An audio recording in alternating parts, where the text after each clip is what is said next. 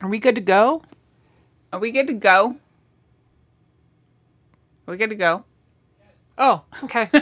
Are we rolling? He's like, I thought you guys were already going. What the heck? No, we were just hanging out. Just chilling.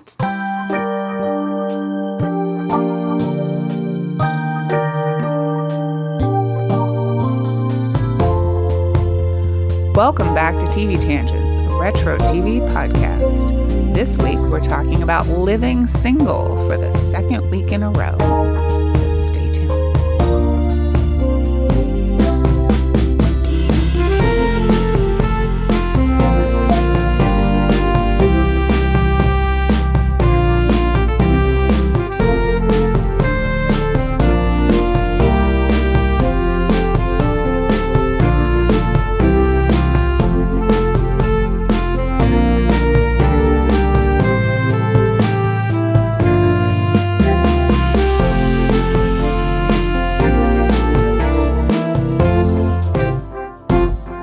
Natalie, welcome back. Hi, Rebecca. I'd have to mention real quick also how much I love our theme song for TV Tangents. You do? Because it reminds me of 80s sitcom theme songs. Yes. And I, of course, listen to our podcast all the time. And then it's just I'm all like, I'm just taken back. I just love it. So. Okay, that was written by our executive producer. That's amazing. He played all the parts. Yay. So I was like, I want like a happy 80s feel. And that's exactly. Yeah. I'm so glad you like it because we never really talked about it. You're right. I just thought about it as you were doing the intro. I was like, I have to mention this. That's funny. Yay. Oh, well, we're talking about living single for the second week in a row. Heck yeah. And this is a fun show from the 90s about 6 young people living in New York.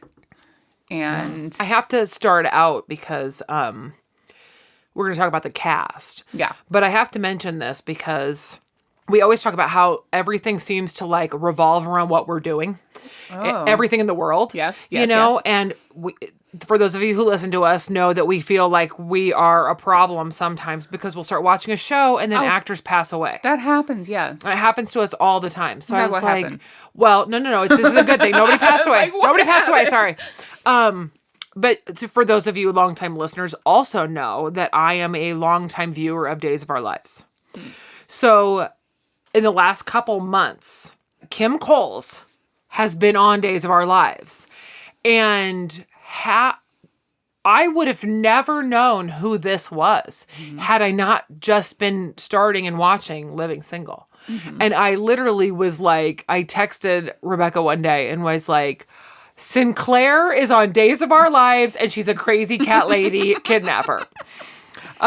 So that actually is like wrapping up on Days of Our Lives. I mean, like they rescued the guy, but I think she's kind of, I don't know if she's still going to be on, but she basically had like kind of a mental breakdown. So of course she's getting treated by Dr. Marlena Evans. Oh no. But Marlena, really? Yeah. I'm sorry, but Marlena has her own set of problems. And that tied in because it turns out the reason she became a kidnapper, Sinclair, AKA Nurse Whitley, was because her husband passed away and she went to see Marlena for therapy, but Marlena was possessed at the time, so the devil probably didn't help her. Oh my God, wait a minute.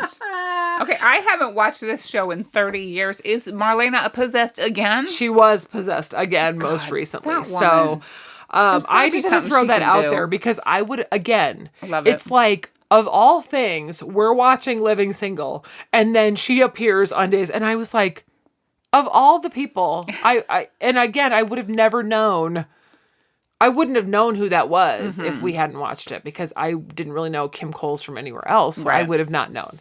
So I had to point that out because it's awesome. That's hilarious. I've seen her in guest roles on various sitcoms.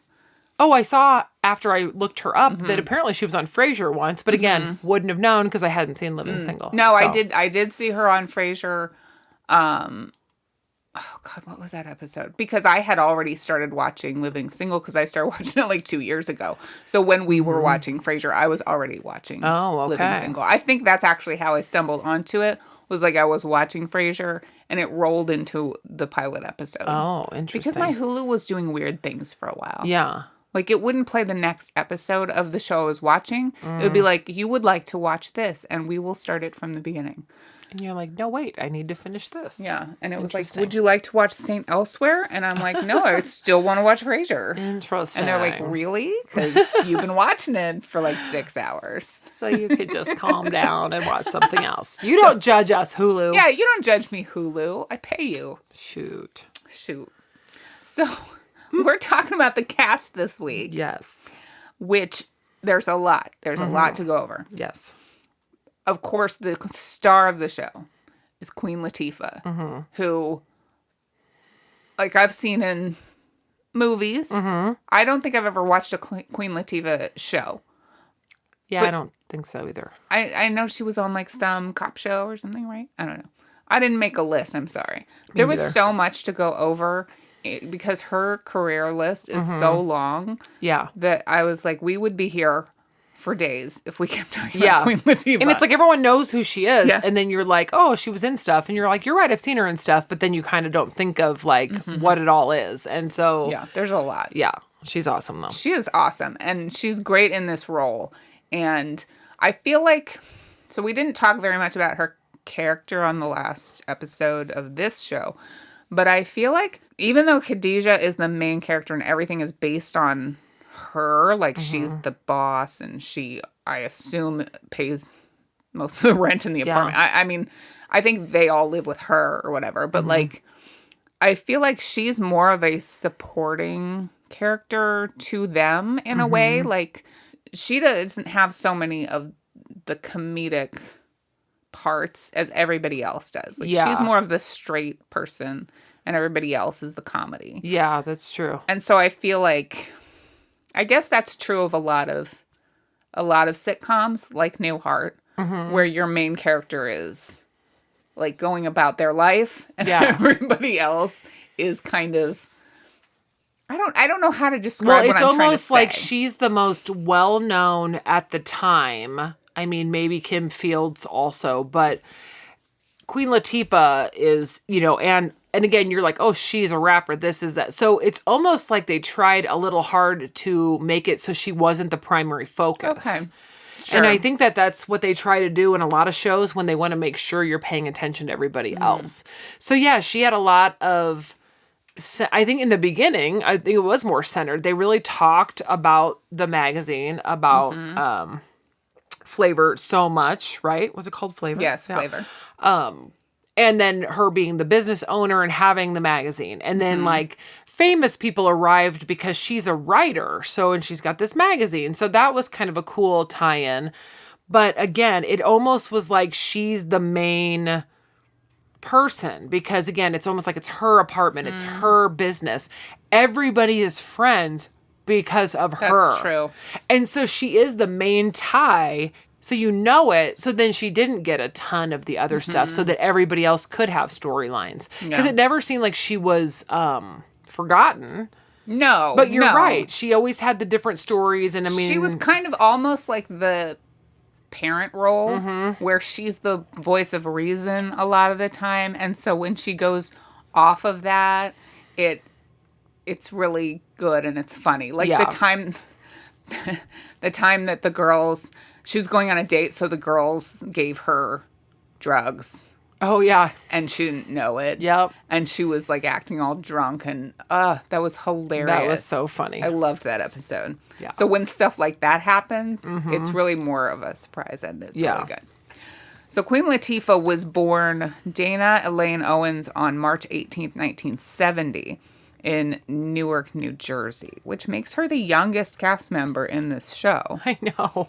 That's so bizarre. It is crazy. She released her first album, All Hail the Queen, in 1989 at the age of 19. That's crazy. And in her long career, she's received many awards, including a Grammy Award, a Primetime Emmy, a Golden Globe, 3 Screen Actors Guild Awards, 2 NAACP Image Awards, and 2 Critics' Choice Awards in the same year, in 2003, for 2 different movies. It was for Chicago and Hairspray. Wow. Neither of which I've seen. Me neither. She was also nominated for an Oscar for her role in the movie Chicago. And she was the first hip-hop artist ever to receive a star on the Hollywood Walk of Fame. Oh my gosh, I didn't know that. That's amazing. And again, I could say so much more, but I would go on forever. She currently lives with her partner, choreographer Ebony Nichols, and they have a son named Rebel. Awesome. Awesome.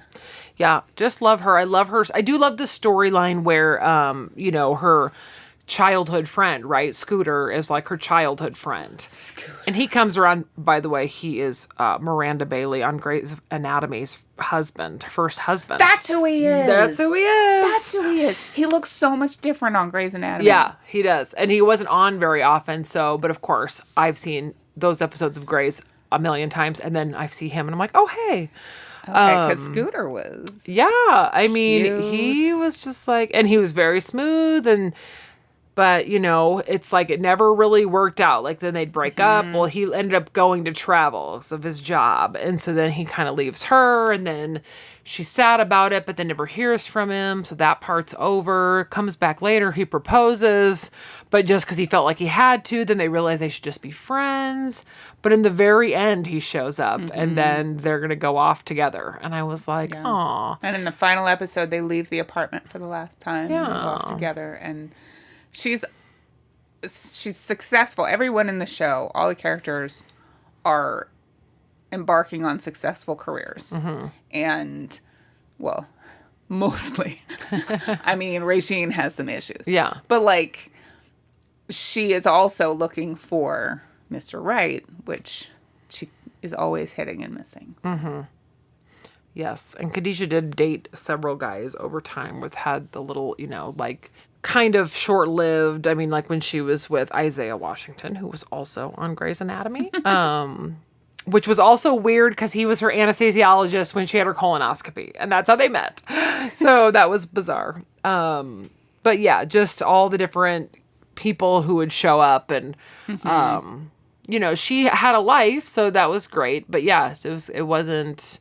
And maybe it's because, other than Regine, I mean, it's kind of like everybody else got together, like, couple-wise. So that's interesting, too. But, so, like, in the promo, one of the promo photos I was looking at, you've got Kyle and Maxine on one side holding on to each other, and Overton and Sinclair on the other side holding on to each other. And then, like, Khadijah and Regine are in the middle, like, and here's us! And here's us, just hanging out.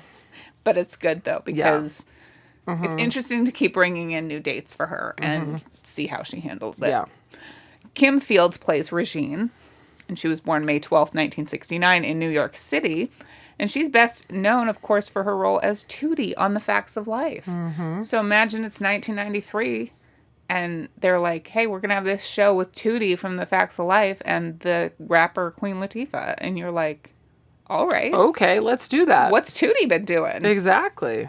In 1984, she actually released 2 singles. He Loves Me Not, which was like a kind of a big disco hit.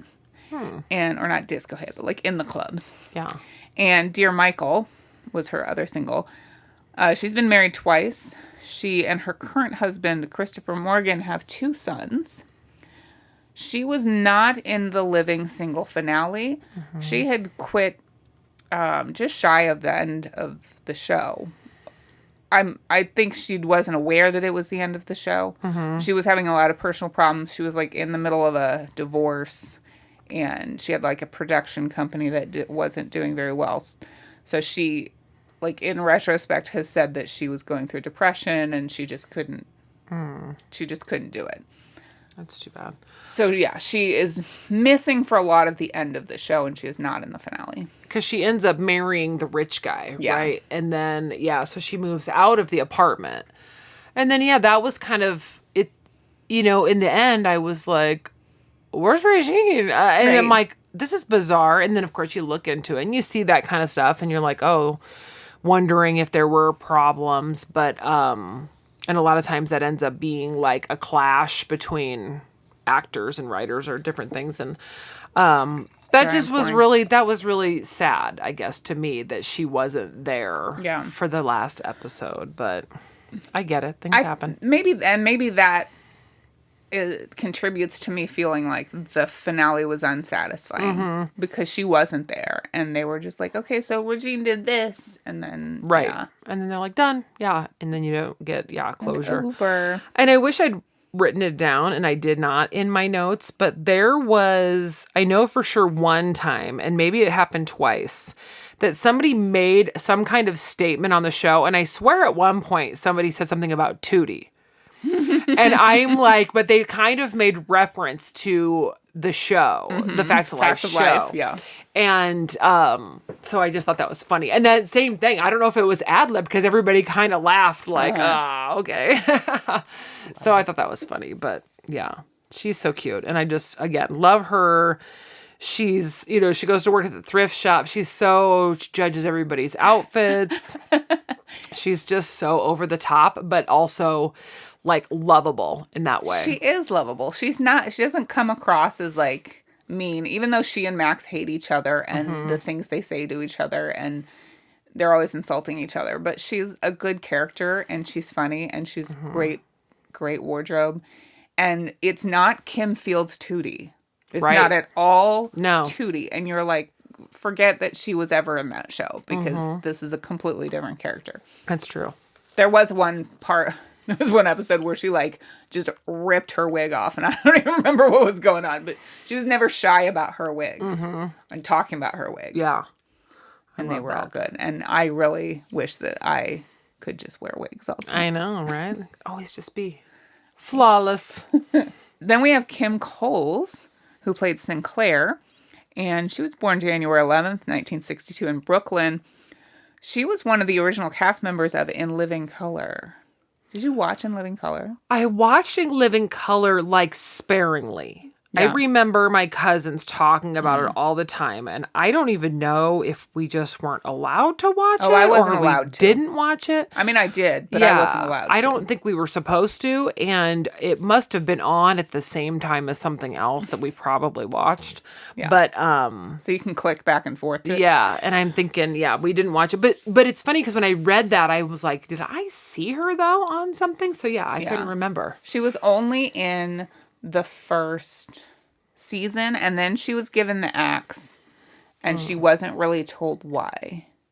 So I was watching a 2021 Entertainment Tonight interview, which anybody listening should totally watch, because it's a really good, there's a lot of good information about living single. But she said that there were no hard feelings with the Wayans brothers about her getting booted or whatever. Because she then got the opportunity to do Living Single, which she wouldn't have gotten. And she felt like, Living Single did a lot for her, which obviously it did. Yeah. My favorite part of that interview was about her talking about how they were family on this show, and they watched each other's kids grow up and hung out together. Yeah. And because two of the cast members shared a birthday, that they would have birthday parties together. Gotta have cake. Yup.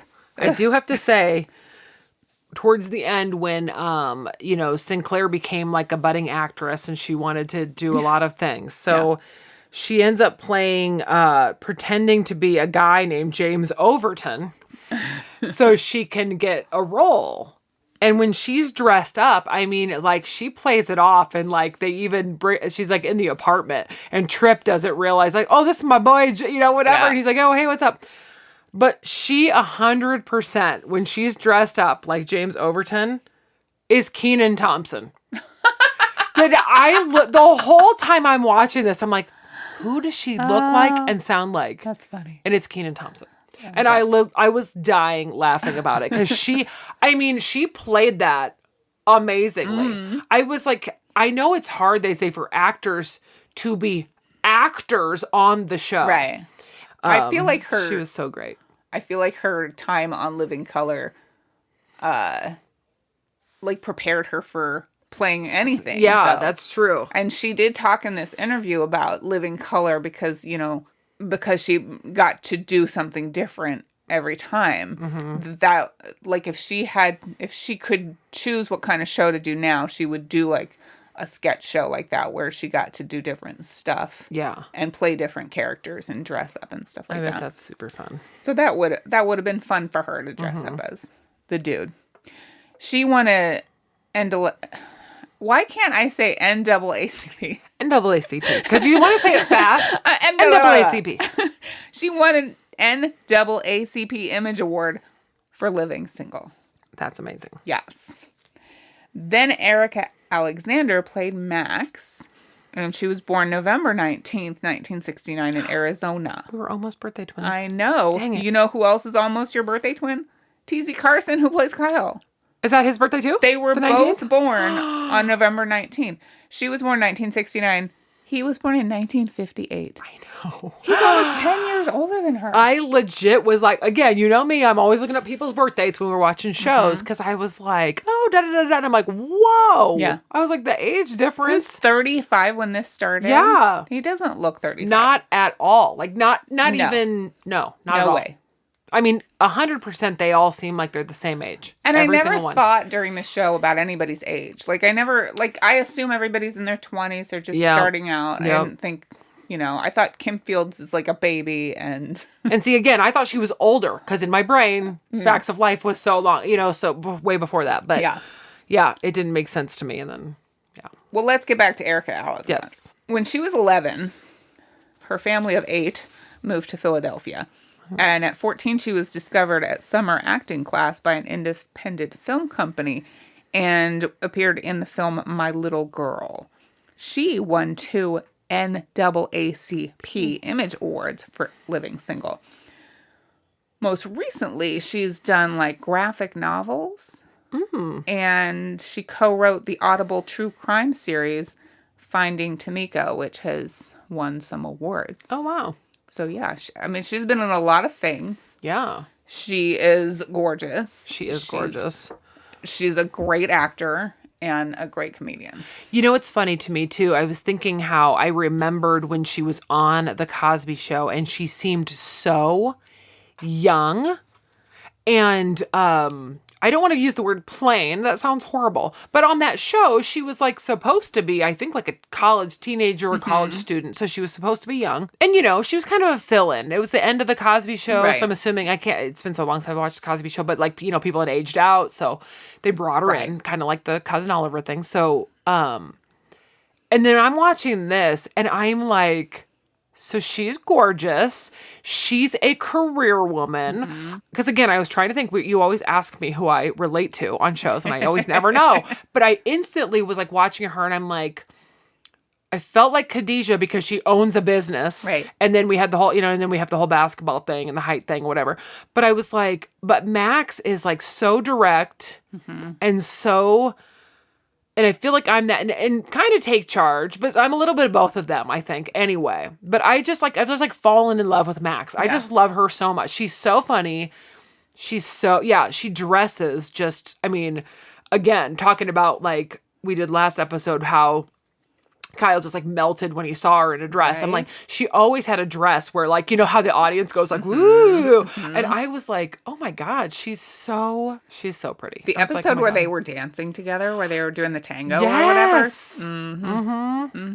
And same thing. I was kind of like, makes him that much more attractive too. I was like, damn. I will rewatch any Kyle and Max episode. Oh, believe me, we have to get into a little bit more into their relationship here in a little bit because I have feelings. I have feelings too.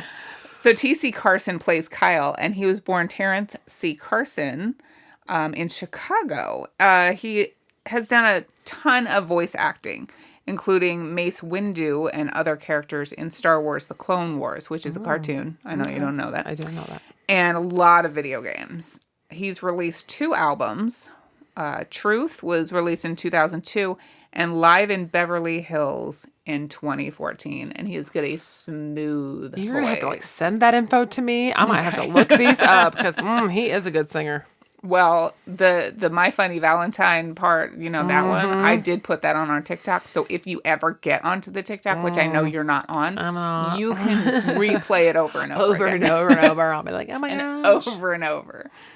Yeah, and he didn't last to the end of the series because he had a lot of creative differences with the producers and the creators and whatever. So so they ended up sending him on to a job in London. Oh my God, I cried. I don't cry. I can't. When he was trying to convince Max. Mm-hmm. I know you're gonna go. Yeah, but he was trying to convince Max, like on the fire escape and whatever. I was in tears. I legit, I like, everybody knows I'm the emotional sap, so there is so much of those last couple seasons to get into about those two, especially. Right. But I was like, oh my God, Max, just put it aside. Yes. Just put it aside. Because Kyle was so, and again, in the beginning, just so, again, verbal sparring between the two of them. And same thing. And Kyle was one of those, he would deliver the jokes and about anybody. And even with Overton. And those two are, they're besties. And so, but he really, you would really start to see him having feelings and thinking like, getting his feelings hurt or feeling dissed in some way kind of things too. And because he was supposed to be, not, so it's not a womanizer. He was just a very, dated beautiful women and did the whole spiel or whatever. I didn't think I'd fall in love with him too. I fell in love with both of them, Max and Kyle. Somehow. All the characters. None of these characters are characters that you don't like. Right. There's nobody where you're like, oh, I didn't like so-and-so. Yeah. Of those core characters. Everybody, is awesome. Yeah. And we should live with them and be friends. we should live upstairs. Yes. John Henton plays Overton. He was born November 23rd in 1960 in Cleveland, Ohio, and he started as a stand-up comedian in the early 80s. Because again, he's old enough to have had a career in the early 80s. That's crazy. And his break came when he was asked to be on The Tonight Show starring Johnny Carson. He was like on this comedy tour, and then they asked him to be on Johnny Carson, and then he went from there. In 2000, he was in a serious car accident. At that time, he was on The Hughleys. Remember that show? Yeah. Yeah. So he played a character on there. Okay. He was in this serious car accident in which he hit a wall at 140 miles per hour. What? Okay, so how? I'm not telling any secrets here. He was very drunk. He was at like a party. He was very drunk and he was going to buy some Coke.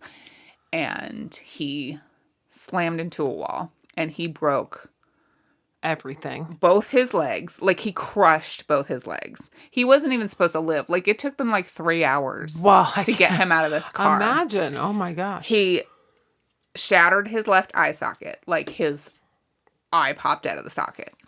Oh. And he cut open his stomach. He lost 9 of his teeth. He was just completely messed up. And his agent had to give doctors a picture of him so they could reconstruct his face. Oh my God. He was in a coma for like 3 days.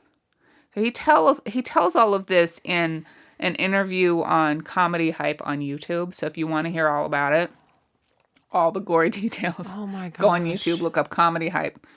It's on there. I can't believe that. Yeah, and he's totally like, yep, I was really stupid, and that was like really bad, and yeah. Wow, it's crazy. Anybody would survive that. That's insane. They fixed his face. He went back to work before he was even completely healed. So he wore sunglasses. They had him sitting all the time, his first couple episodes on the show, and that is insane. So that's really insane. If you look at him, his left eye doesn't work. It's his eye, but it doesn't work. So now, yeah. Interesting. Yeah. Huh.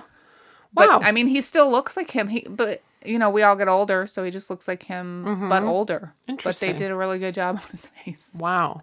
But that sent me down. I think I spent 3 hours looking at this online. I can imagine. I was like, wait, what happened? That just to me, that blows my mind that he'd survive something like that. That's crazy. I know, yeah. He's a comedian, living a wild life and having a lot of money and... Wow. Yeah. That usually ends tragically, right, sadly, for people who are... Sometimes that's... they were really surprised that he survived. Wow. Crazy. And no real long-term, injury as far as your legs? Right. How does it even happen? Other than he no longer has the use of his left eye. Right. that he walked away and he got like community service. Oh my goodness. He didn't hurt anybody else. He did hit another car, but there's nobody in it, I think. Oh my gosh. Yeah, crazy. Craziness. Nuts.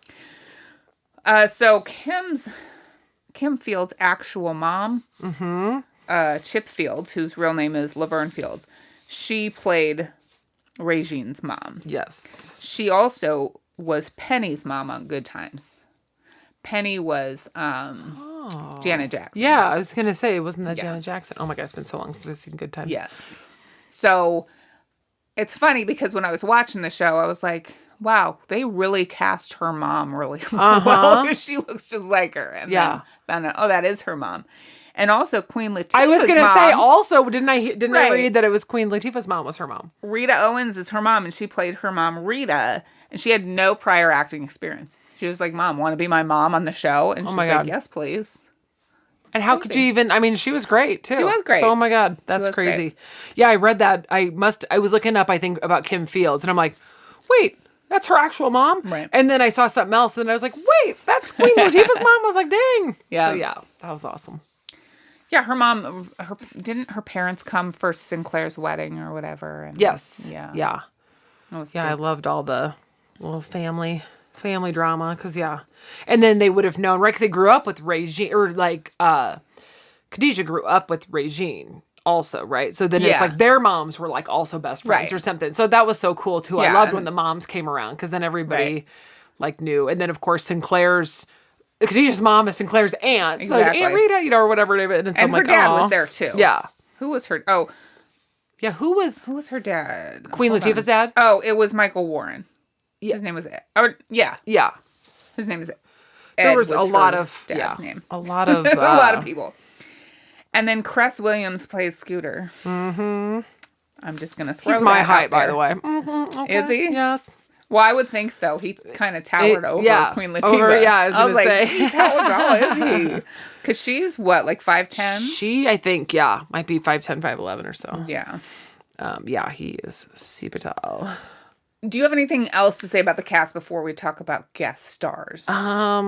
Which is a lot of people. I know. I don't think so. Because I'm telling you, I have so much more. I mean, I keep saying I have so much more, but it'll probably be fast. But we have to talk about, relationships and stuff too. Okay. And guest we're stars. going to have to come back next week. I mean, I'm good with that. Okay. Because, it's fine. We love this show so much. They always turn into 3 episodes for us. Long episodes. All right.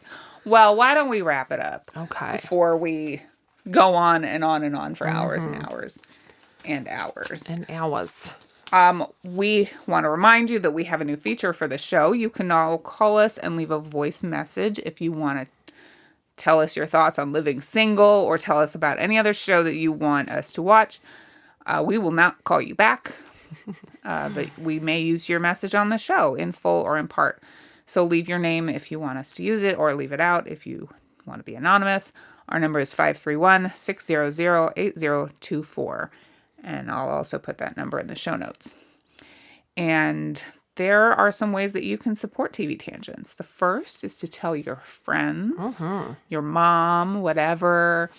Everyone. Be like, they were talking about Living Single. You got to listen to it. And here's the link. You can also support us by joining us on Patreon at patreon.com/TV Tangents. And we have some special episodes over there that you can't hear anywhere else. Like one last month we talked about ghosts. Mm-hmm. Yes. Okay. Real quick. I think I texted you this. So we did a Patreon episode about ghosts. Mm-hmm. And I don't talk about ghosts in my house, but I made an exception that day. And then I was editing the show, and my software just glitched right out. Mm-hmm. Like, that was the last thing I was doing, and it would not work. And I was, like, panicking, because I'm like, oh, my God, what if I lost everything? Yeah. And I tried, like, 3 times and it would just go, but it wasn't really going, and it was possessed. And I was like, oh, man. Also, and maybe you don't know this, but do you know what time it was when you sent me that text message? No. Like, do you know about what time you were doing all that? Probably late at night. I have no idea. Because like most people don't text me at midnight because they know I'm sleeping. I didn't text you at midnight. I didn't think that you did. So my phone did something weird when you and I were texting, and it said something about some of your messages may not have gone through. And I looked and it said my last one was delivered to you. Well, at midnight, my phone went off and it woke me up. And it was you texting me that information. And I'm like, she did not send that to me at midnight. Nobody texts me. Girl, I'm sweating right now. I was all, so then when I read what it was, like the next day, I was like, what? Girl, I'm it sweating was more than all that. Stop it. I don't feel like I did that. No, I feel like you probably did it earlier or something, and then it didn't go through because there was a divine... I'm not the kind of person who messages someone at midnight. I know. And that's why I thought it was weird, especially what it was about. So I was like, oh, hold on. Maybe she didn't send that to me at midnight. Sorry. I don't know if I did. So I had to bring that up because that was crazy, and I think it really was a fluke. So... Okay. You never know. Who knows? Okay. We got to wrap this up. This is getting crazy. Yes. We tangented and scared ourselves again. We did. And then done scarred ourselves. Go to our Patreon and listen to our ghost episode, you guys. It's off the wall. Then you'll know why we're so crazy. Then you'll know why we're scared right now. All right. Let's wrap this up. Wrap it up. Cheers.